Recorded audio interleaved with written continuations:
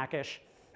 There are proposals for something called feature expressions in Clojure, the language, and that'll actually allow us to have conditional syntax so that we can have one file that has both support for both Java as a host and JavaScript as a host.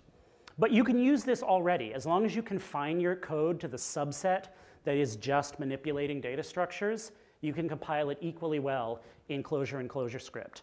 And this has ended up being really a huge boon for application development because we can develop an application model, a data model with things like validations and transformations, write it once, use it in Clojure, write tests for it in Clojure on the JVM, and then compile it again to run in the JavaScript, to run in the browser.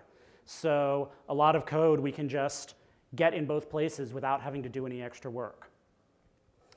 And that is the foundation behind this framework called Pedestal, which was developed at Relevance and released at as open source.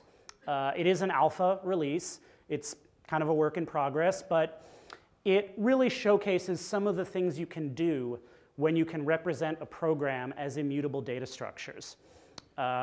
It's a data flow-based model. There are parts of it that run on the server, parts of it that run on the client. And I'm not going to talk a lot about it. There's a whole website about it where you can check it out. But it allows you to do some really interesting things. One of the most interesting of which is all of the interactions, all of the things that happen in the UI are represented as data structures, which means you can actually record a script of interactions as you click through a site and then play it back.